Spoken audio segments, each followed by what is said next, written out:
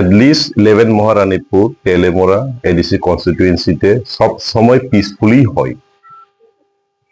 Two be honest, আমি এখনো বুঝি না কেন এখানে রিপোলিং হয়েছে। আমি খবর পাইছি গত রাত্রে অ্যারাউন্ড 6 PM এ। অ্যাজ পার নোটিফিকেশন 5:15 এটা নোটিফাই হয়েছে। সো আমি জানি না কেন অল অফ এ সাডেন, ওয়েরাস এখানে কোনো প্রবলেম হয়নি ওই দিনে। যা প্রবলেম হয়েছে পুলিং মানে ভোটিং শেষ হওয়ার পরে। সো পার্সোনাল অথবা ফ্যামিলিগত প্রবলেমটা যদি ইলেকশনের এখানে নিয়ে যায়, I think this is not acceptable.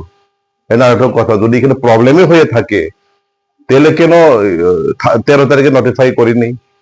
ঠিক আছে, আমি মানলাম সবাই ব্যস্ত, why not on 14? Okay, 14 you fail to do that, why not on 15 সকালে, কেন বিকালে? সো দিস আর অল কি জানি বলবো, কি বলবো,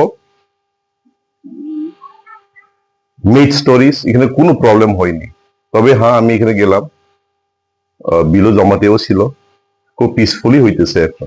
এস আই সেড, এই কনস্টিটিউয়েন্সিতে সবসময় পিসফুলি হয়, এক্সেপ্ট ওয়ান ইনসিডেন্ট। এটা হলো দীনদয়াল এসবি স্কুল, যে জায়গাতে সাম মিসক্রেন, আমি নাম বলবো না, আমি জানি, রেকর্ডিংও আছে এখানে, পিস্তল নিয়ে বোটিং, যে যাতে বোটিং হয়ে যাতে ঢুকতে চাইছিল।